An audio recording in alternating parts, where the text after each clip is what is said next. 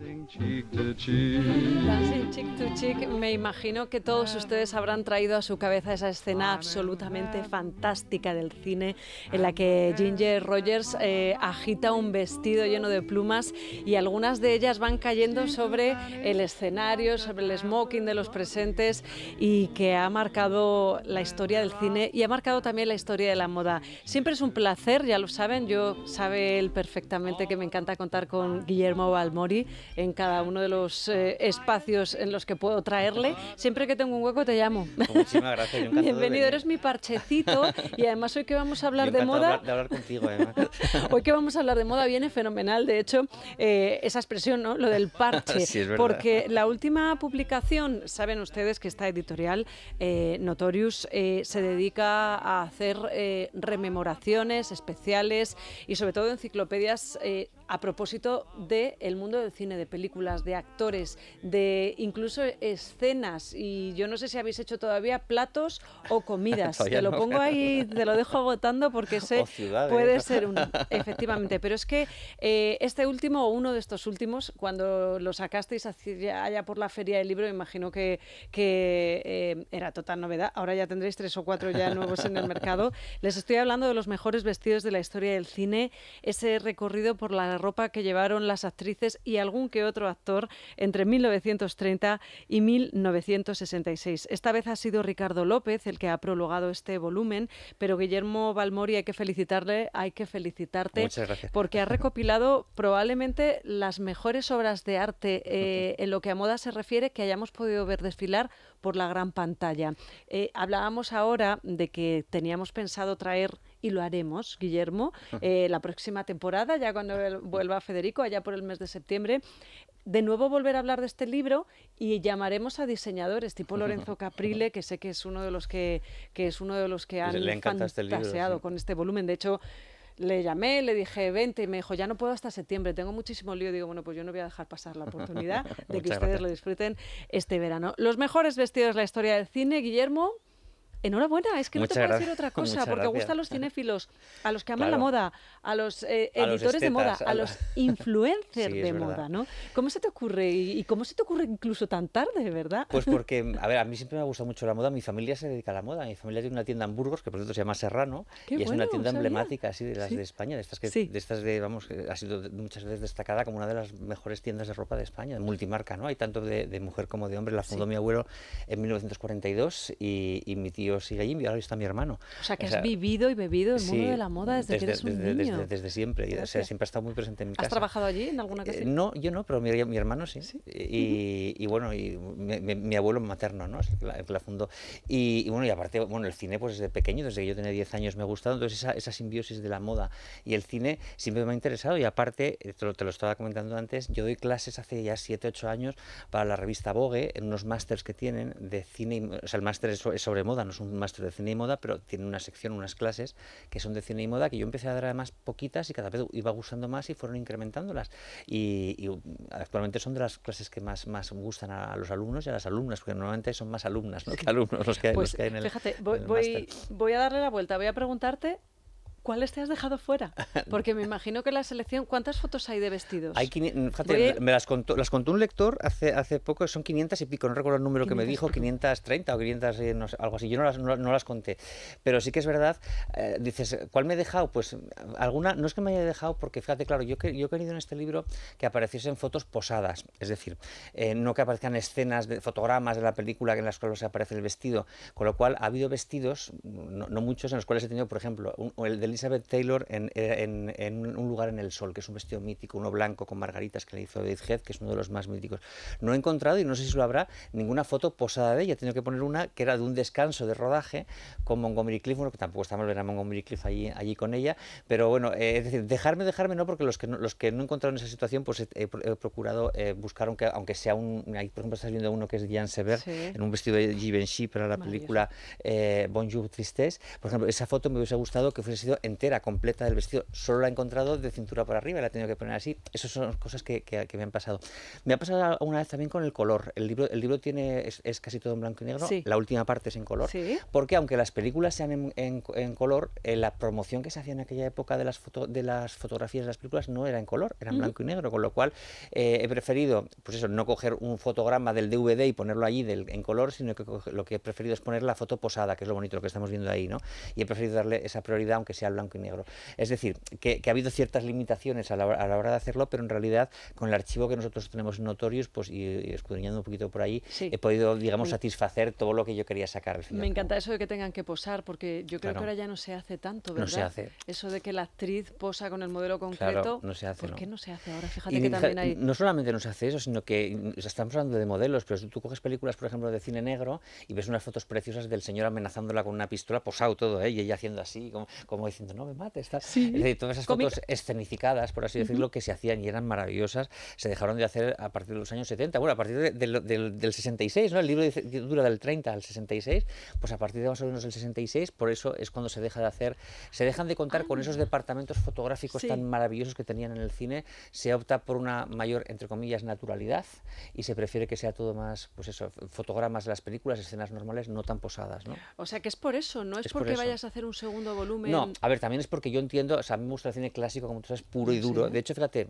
yo siempre digo que el cine clásico para mí es 1920, que sería cine mudo, que aquí no lo he cogido por centrarlo un poquito más, hasta 1965. La razón por la que he añadido un año más, que es 1966 en este libro, es por dos películas. Una es Cómo robar un millón y de Audrey Hepburn, que es la última colaboración que hace con Givenchy, que es una estética más pop, pero que le ha querido poner, y Arabesco, que hace Christian Dior para Sofía Loren en esta película, y son dos películas del 66 que me apetecía añadir. Sí. Pero bueno, yo creo que este glamour que tú has hablado ahora, eso dices, qué maravilla de vestidos, cómo ya no se hacen estas cosas, es que eso es de 1930 a 1966. Luego los ya 50. empieza una... Y la época de los 50. Claro, pero es del 30 al 66, sí. es decir, la coge entera. Pero claro. se me acumulan las preguntas. Por un lado, ¿habrá segunda parte? Porque es verdad que hay moda del cine reciente. Me estoy acordando del famoso vestido verde de Keira Sí, Knightley. ese siempre se dice. Sí. Que vuela así, Sí. que está considerado como el mejor vestido de la historia del cine. Pero tienes razón, del cine actual, Claro, claro. no del cine clásico. Esto es el cine está clásico, aquí. lo otro sería el contemporáneo. Es decir, la edad dorada del cine, yo lo llamo la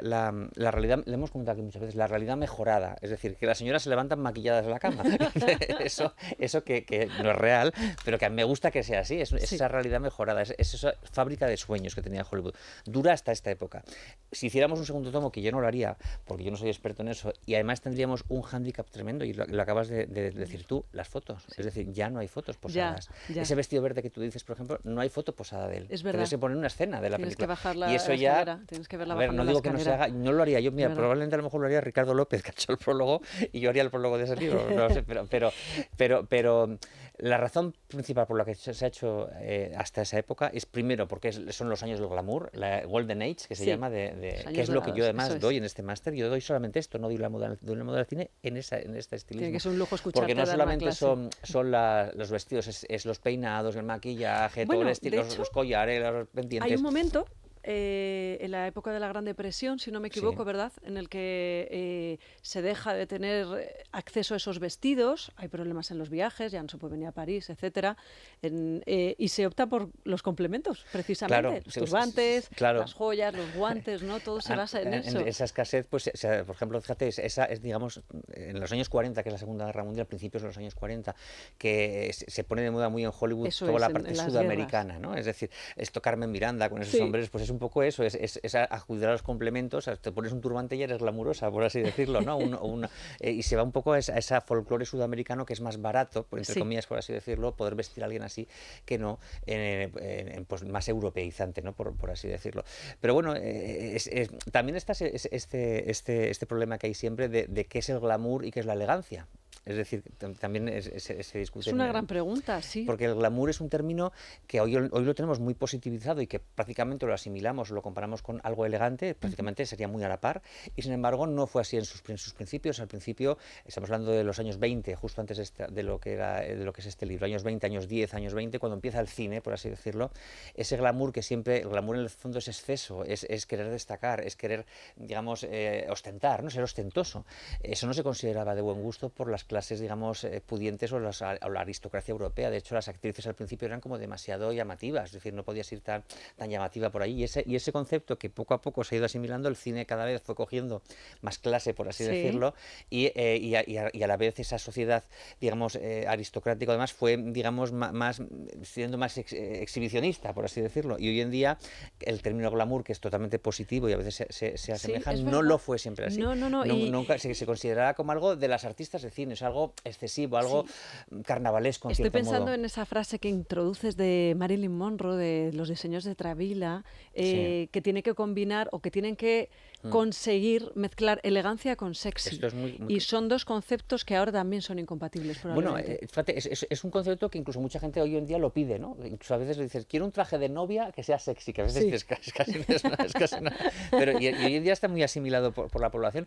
En aquella época era muy complicado para Travilla vestir a Marilyn Monroe, porque Marilyn Monroe, que vamos, en mi opinión, tú ves los vestidos de ella y a mí me parecen preciosos todos, son una maravilla, ¿no? La escena de la rendija. Sí, fíjate, ese vestido, por ejemplo, blanco es precioso, es elegante incluso, yo diría, ese vestido, ¿no? Ya digo que lo lleva también. De hecho, mira, en el libro hay una foto del vestido reposado, porque siempre lo hemos visto con las faldas hacia arriba, pero en el libro podemos ver cómo estaba con las faldas caídas, por así decirlo, o sea, normal, posado normal.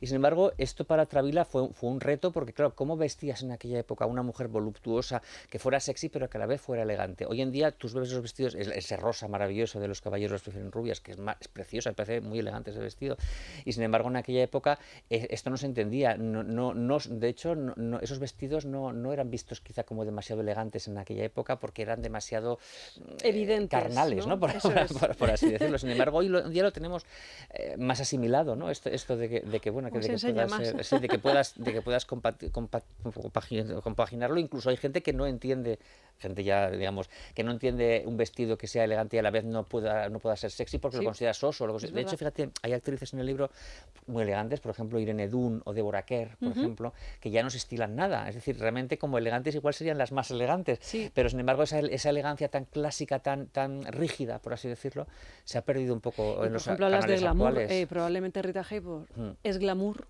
Claro. Pero no tiene ese toque elegante, a lo mejor que se busca. Por eso es el prólogo de Ricardo López lo explica muy bien, ¿no? Es decir, ahonda mucho en eso, en cómo, mira, por ejemplo, Coco Chanel, cuando fue a Hollywood, solo diseñó para 3 películas. Va al principio de Hollywood, en los años 30, la contrata Samuel Goldwyn, entonces llega allí y entonces quiere hacer todo perfecto, los ojales perfectamente cosidos, todo pues alta costura. Y le dicen, no, pues esto es una película, o sea, esto aquí no hace falta que sea todo tan perfecto. $1.000.000 la paga. Sí. Y dice, ya, es que si no es así yo no quiero trabajar. Y pasaba una cosa curiosa, y aquí, fíjate, volvemos a este tema cumbre del glamour y la elegancia. Los vestidos de Chanel que hace para aquellas películas que están en el libro, para 3 rubias, por ejemplo, es una película para Gloria Swanson, que lo hace para Esta noche o nunca, son vestidos que tú los ves ahí y dices, bueno, bien, están bien, pero no son especialmente lucidos cinematográficamente. Tú ves las películas y no es como cuando ves a Hilda, o cuando ves a Marilyn, o cuando ves a Audrey Hepburn, o cuando ves a Grace Kelly vestida por Edith Head. Es decir, son vestidos que evidentemente son bonitos, pero no lucen en cine. Claro, tienes razón, es verdad. Volviendo un momento al color, Jezabel. Sí. Vestido rojo, que no se ve rojo. No se ve rojo en ningún momento. Es una película en blanco y negro, y entonces, bueno, pues estás viendo a Bette Davis con un vestido que además es el eje de la trama, esa provocación de ir vestida de rojo cuando tiene que ir vestida de blanco, y el telespectador lo recuerda tiene rojo. Que imaginarlo o lo recuerda rojo. Hay gente que dice, no, pero si yo lo he visto rojo. Dice, no, es imposible. ¿Por qué pasa esto, Guillermo? Bueno, pues una narrativa muy buena que tiene el director y el guión, y sobre todo la fotografía y cómo se hace la película, ¿no?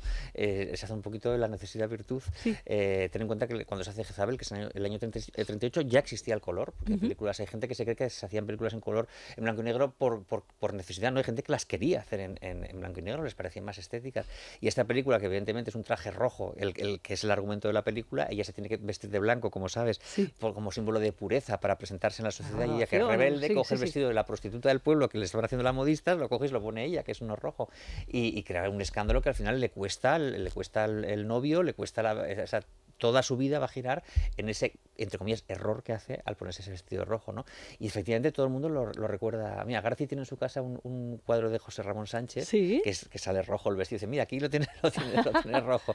Y luego se han coloreado muchas fotos. Fíjate, no hay fotos en color, lo que te decía, de ese vestido rojo, no existen. Sí que hay gente, claro, hoy en día se colorean, ¿no? Incluso por inteligencia artificial te salen unos colores preciosos, parece que la foto es en color. Y hay otra foto que hay, los pájaros, Bueno, claro, Tippi Hedren, con el trajecito verde modosito, ¿verdad? Con una tela incluso que debe picar y que no se quita en todo el rodaje prácticamente. Ten en cuenta que es que los pájaros la acción se sitúa en 1 o 2 días, creo que son 2 días, ella además se queda en un sitio, se ve obligada a quedarse en un sitio porque los pájaros atacan, no puede salir de allí, con lo cual no puede cambiarse. Sí. Hay una escena al principio, no sé si te acordarás, en la pajarería que está en San Francisco, que sale con un traje negro, y que es verdad que sale una escena corta, y luego ya cuando lleva a Bahía Bodega, que es donde están todos los pájaros atacando, una vez que llega allí, ya se pone ese traje verde que dices tú, diseñado por Edith Head, que por cierto Edith Head es, digamos, la gran diseñadora, ¿no? Y fíjate, si te acuerdas de ese traje verde, no sé si te acordarás de La ventana indiscreta, Grace Kelly tiene un traje verde también de chaqueta, que se quita en un momento dado, no, es largo, tiene como un top blanco y encima una americana verde, es un traje de chaqueta verde, que es el mismo color que utiliza para ese traje de los pájaros, también Edith Head. Eso es un capítulo Edith Head aparte. es la mujer que más Oscars tiene de la historia. ¿De vestuario? Sí, no, en general. O sea, la persona que más Oscars tiene en la historia es Walt Disney, lógicamente, porque tiene, claro. Sí. Y la segunda persona, ya hombre y mujer mezclado, es Edith Head, en 8. Lo de Grace Kelly es un capítulo aparte, para mí. Sí, es la portada del libro. Discutíamos un poco si Givenchy, con todo lo que le pone Audrey Hepburn, que ahora hablamos también de ella, pero Grace Kelly es La ventana indiscreta, precisamente esa falda de gasa bordada con cristales. La portada del libro. Es absolutamente, es la elección perfecta para mí, porque realmente la cintura años 50 y esa línea basé y todo lo que supone enseñar un poco de escote, pero la clavícula justa, me parece que además ella hace la perfección, ¿no? Hace de cada vez que aparece en la pantalla, porque es una obra es una obra teatral, La ventana indiscreta, hay que reconocer que son dos personajes casi constantemente en plano, cada vez que ella aparece lleva un traje diferente y absolutamente ocupa todo el espacio, incluso en la escena final. En la escena de verdad, los que mocasines. Está con un vaquero, ¿no? Te fijas en sus mocasines. Una blusa preciosa roja, que además tiene el cinturón hecho con la misma tela que la blusa roja. A ver, así lo quiere Hitchcock. Ten en cuenta que Hitchcock no deja nada al azar. Es la película en la que Hitchcock conoce a Edith Head, en esa película para Paramount. Grace Kelly es una actriz de la Metro-Goldwyn-Mayer que él pide prestada para la Paramount, y ahí se forja el gran mito Grace Kelly, el gran mito Edith Head y el gran mito Hitchcock glamuroso, porque Hitchcock es verdad que es el mago del suspense, pero en cierto modo es el mago del glamour. Es decir, fíjate, atrapa un ladrón. Eleva una categoría, claro. Aunque luego las tratara fatal, que se ha hablado mucho en mucha literatura, las rubias de Hitchcock, pero nadie las saca la sublima. Tú lo has dicho, cada aparición de Grace Kelly en esa película es como una explosión de lujo, y de hecho, muchos de estos vestidos, incluso este que estamos viendo en la portada, que te gusta a ti, que a mí también es de mis favoritos, el de la gasa blanca, ¿no? Y el corpiño negro, cuando aparece, hablan de él. Mírame este vestido, se da la vuelta, lo exhibe y él le dice cuánto cuesta este vestido y habla del precio y habla que venden no sé cuántos en la semana, porque ella supone que es una especie como de trabaja en una revista de modas o una agencia de modas o algo así. Es decir, que forma incluso parte del guión los vestidos que ella saca, con lo cual se le está dando una importancia que a veces no se le daba a las películas. Hay películas, por ejemplo, mira, no hay ninguno aquí, no hay foto aquí en el libro, pero porque no lo consideré que eran de los, pero que en una película de Lana Turner, Mil caras tiene el amor, que se anunciaba como la película del vestuario del $1.000.000, es decir, que a veces el vestuario era la atracción efectivamente por encima. Bueno, es que eso lo has hecho muy bien, porque has recurrido mucho a los diseñadores. Me parece muy interesante mencionar a la Maison Margiela, a Dior, mencionar por supuesto a Givenchy, lo hemos comentado. En el caso de Audrey Hepburn, exigió por contrato que fuese él el que la vistiese. Es muy gracioso lo de Audrey Hepburn. Yo no sé si tú lo sabes, porque cuando Audrey Hepburn hace vacaciones en Roma, que es vestida por Edith Head todavía, pues se dirige él hace Sabrina, que es la siguiente película, y si tú te acuerdas del argumento de Sabrina lo que es una chica que es la hija del chofer, que cuando se va a París en un momento dado a estudiar cocina, y cuando vuelve de París vuelve convertida en una mujer, digamos, sofisticada, cosa que no era antes porque era una jovencita, ¿no? Y entonces a Audrey Hepburn se le ocurrió, bueno, ¿qué pasaría si cuando el personaje vuelve de París lo que hacemos queremos es que sea vestida por un diseñador de París bueno, o sea, un diseñador de alta costura. Esto a Edith Head no le debió sentar muy bien. Y efectivamente hay 3 vestidos en Sabrina, los 3 más famosos, entre ellos ese que es como un pavo real, ¿no? Ese blanco, que ella, digamos, lo selecciona del catálogo de Givenchy. Cuando Givenchy le dicen, está aquí la señorita Hepburn, que quiere mirar vestidos, todavía no se había estrenado Vacaciones en Roma, no era famosa y él pensaba que era Katharine Hepburn. Y dice, qué raro, dice, porque no la veo yo con mi estilo mucho a Katharine Hepburn, pero bueno, que pase. Sí. Entonces ve a Audrey Hepburn y se queda maravillado con ella porque no la conocía. Y da la casualidad de que la talla de la modelo que él utilizaba para sus desfiles era la misma talla que tenía Audrey Hepburn. Con lo cual, esos vestidos de Sabrina no es que estén diseñados para Sabrina, es que formaban parte de la colección de Givenchy de ese año y ella los utiliza para Sabrina. Y hay un problema gordo ahí, porque el problema viene cuando Audrey Hepburn invita a la proyección de Sabrina a Givenchy, están allí los dos en el sofá del cine y de repente ven que no está acreditado Givenchy, que solo está acreditada Edith Head. Entonces ella se muere de vergüenza, pero él, como es un señor muy educado, pues lo deja pasar y tal. El problema se acrecienta cuando es nominada al mejor vestuario Sabrina. Y entonces dicen, bueno, ¿qué pasa aquí? El problema se acrecienta más. Bueno, está acreditada solo Edith Head. Cuando gana el Oscar, uno de esos 8 Oscars de Edith Head es Sabrina. Si alguien se mete en YouTube y ve cómo Edith Head recibe ese Oscar, es sumamente antipática. Es decir, se dirige allí, no quiere hablar de nada, se va. Nada. De hecho, los presentadores se quedan así como diciendo, ¿esta mujer qué le pasa? Y es porque en el fondo sabría que a lo mejor no le correspondía igual ese Oscar a ella. ¿no? Ya. Bueno, y luego está Desayuno con Tiffany, Desayuno con Diamantes, la escena mítica de la puerta del Tú sabes que ese vestido está en Madrid, uno de ellos, en el Museo del Traje. No tenía ni idea. El Museo del Traje de Qué Madrid maravilla, pues hay que conserva...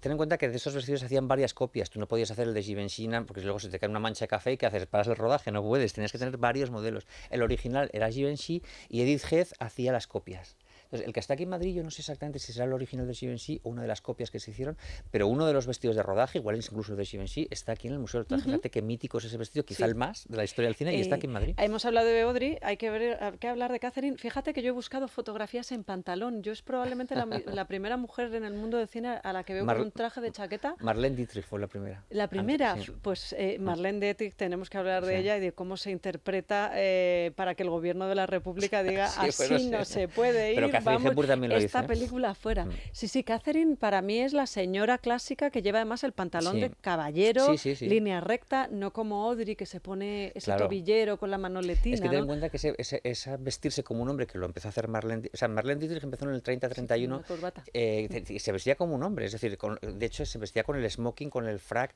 que luego lo haría Madonna, ¿te acuerdas? Imitando precisamente a Marlene Dietrich en aquel vídeo de Vogue y demás, ¿no? Pues eso lo empieza a hacer Marlene Dietrich y Katharine Hepburn unos años después, esperando 4 años después, sigue esa línea, ¿no? Y de hecho lleva vaqueros, por ejemplo, cosa que Marlene Dietrich no llegó a llevar. Hay una foto preciosa que no está en el libro, porque el libro, hay que decir que solo tiene fotos de películas, no de ellas en su vida privada, que sale Katharine Hepburn con un abrigo de bisón, muy jovencita, y un pantalón vaquero, que eso hoy en día sería algo, bueno, el bisón hoy no se llevaría, ¿no? Pero y es muy buena esa foto. Y hablábamos precisamente del Diablo es una mujer, ¿verdad? De esa prohibición que le hacen a esta actriz, bueno, a esta actriz, no, a esta película directamente. Es que también me viene a la cabeza Mata Hari. De cómo Greta es Garbo. esa pedrería, cómo son esas botas bueno, unos leggings prácticamente. Eso es que hoy... Es modernísimo eso. Es modernísimo y sin embargo estamos hablando de películas de los 40. 30, es del 31. Con el cine sonoro prácticamente empezado. Es lo bueno que tiene este libro. Yo creo que puede servir de inspiración, así yo se lo doy a las alumnas mías, a los alumnos y Caprile lo ha dicho también. Quiero copiarlos todos. Bueno, porque yo creo no ha aparecido Balenciaga todavía, quiero decir, que es una nota mínima lo que podemos encontrar de él. No quiero dejar pasar la oportunidad de mencionar a los caballeros, porque hay una camiseta mítica, la de tirantes, chupa de cuero, pantalón vaquero Levi's, estamos hablando de Marlon Brando, estamos hablando de James Dean. Yo creo que los hombres no dan para un libro. Son más aburridos, entre comillas, ¿no? Hay gente que me lo ha dicho, tienes que hacer uno de hombres, porque claro, hay que ver, fíjate, Cary Grant con aquellos trajes, y luego hay mucha ropa sport, muchos jerseys de los que se llevan ahora, en aquella época los ves y dices, jo, si parece. Yo también les doy a los cuellos, efectivamente, cazadoras. Bueno, se podría intentar, pero yo creo que el grueso está en las actrices, ¿no? En estas actrices maravillosas, y en esta época, te digo, del 30 al 66. Bueno, pues me quedaría hablando con Guillermo Balmori, pues se pueden ustedes imaginar, hasta las 4 de la tarde directamente, pero lo que vamos a hacer es repetir la entrevista. No es habitual esto de repetir entrevistas por un libro, pero nos hemos comprometido con él y con Lorenzo Caprile a hacerlo dentro de un par de meses, cuando toque los mejores vestidos de la historia del cine en Hollywood entre 1930 y 1966. Se me quedan muchísimos temas en el tintero, Puedes de copiarte verdad. por alguno para ti, que sabes muy guapa siempre, ¿no? Bueno, mira que eres bueno, pero mira, si es que donde abras Doris Sí. Day, absolutamente Mira, Catherine maravillosa, Catherine Hepburn, de la que hemos hablado, Rita por Hayworth, supuesto, Jean que están, Harlow, es Betty que están Grable. absolutamente todas. Ava Ava Gardner. Gardner, se nos ha escapado, la bellísima. La verdad es que Ava Es que hay Gardner mucha- piensas que hay que no decir que va necesita ordenada por ropa. actrices, hay que decir. Sí, por actrices, eso es, con cada una de ellas, con esas fotografías extraídas de las películas, que por favor no se pueden ustedes perder. La alta sociedad, cómo vistió Helen Rose con esas Bueno, gasas. Helen Rose le hizo el vestido de novia a Grace Kelly. ¿Es verdad? Que lo hizo una diseñadora de cine. Es No lo hizo cierto. o Y sea, ella que quiso que se lo luego hiciera Helen Rose. Tienes por aquí a otra actriz que ahora mismo no recuerdo, que va vestida muy parecida, ese vestido, míralo, Jane Tierney. Jane Tierney, qué bonito, sí. Efectivamente, que lleva un vestido Sí. muy parecido al Sí, que sí, luego sí. se puso Grace Kelly Sí, sí, sí. en su boda. Compren este manual si les gusta el cine, si les gusta la moda o simplemente si buscan ustedes inspiración a la hora de hacerse algún modelo, porque de verdad que es un catálogo absoluto. Esto es un Burda sin patrones, es una auténtica maravilla y no se me llena la boca, es que realmente la tengo llena porque es una maravilla. Liz Taylor, con Liz algo Taylor. que parece un camisón Sí, es verdad. y que sin embargo es... Es mítico en La gata sobre el tejado Eso de es. zinc. Guillermo, gracias. No, como gracias a ti, siempre. Lo muchísimas encuentran gracias. en Notorious Ediciones, en las tiendas especializadas y sepan que de verdad no les va a decepcionar. Es de los que tenéis ya, ¿cuántos títulos tenéis en el mercado? Uy, no sé, 200. 200. Pues de los 5 mejores. Alien. Muchas gracias. Guillermo, gracias como Gracias. siempre por estar con nosotros. Muchas gracias. Es la mañana. Es radio.